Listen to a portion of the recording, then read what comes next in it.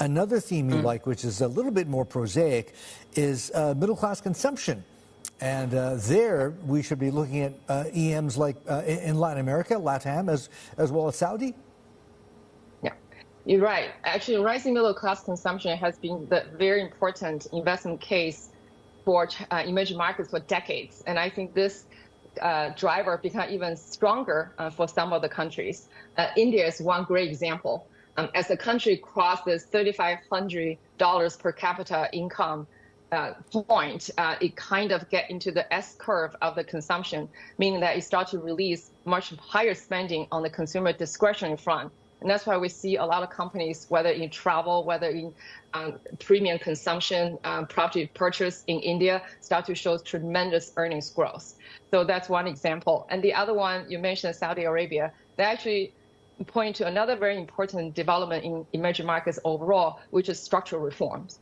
And then as the governance, both on the corporate level and on the government level, start to get better. In this case, Saudi Arabia launched this Saudi version 2030 to modernize their society and then continue to upgrade their economy to be less dependent on oil. This definitely contributes to tremendous consumer growth, and especially as the female labor participation rise from mid-single digit to 40%, that unlock tremendous spending power.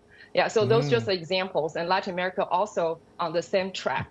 So from that angle, we tend to like emerging companies with a strong exposure to domestic consumption, a domestic industrialization trend, and that can insulate themselves a little bit away from the tariff risks. Yeah, I hear you. Vivian, so out here in Asia, you talked about LATAM and Saudi. Out here in Asia, you mentioned India. The other market with huge consumer potential is, of course, China. All right. How are you thinking about that market? Because consumption seems to be the thing that the government so far has not really been able to get going. Yeah. On the broader base, you're right. China consumer and consumption remain quite weak. And that's why they continue to grapple with the deflationary measures impact. However, if you look at some specific segment within the consumption, such as the new consumption or self-indulging consumption across skincare, cosmetics, gold jewelry, some collectible toys, and some fresh-made beverages, you see quite strong consumption growth.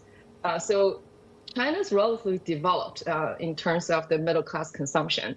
Therefore, they are more on the higher end of that curve. It becomes more kind of competitive, and also consumers are more sophisticated. So they only want to pay for something that they feel there's a value to them. So that's what we call self-indulging. A new consumption in China actually start to show tremendous growth. And that also lead to a lot of very good companies, and there are also very strong IPO markets in Hong Kong.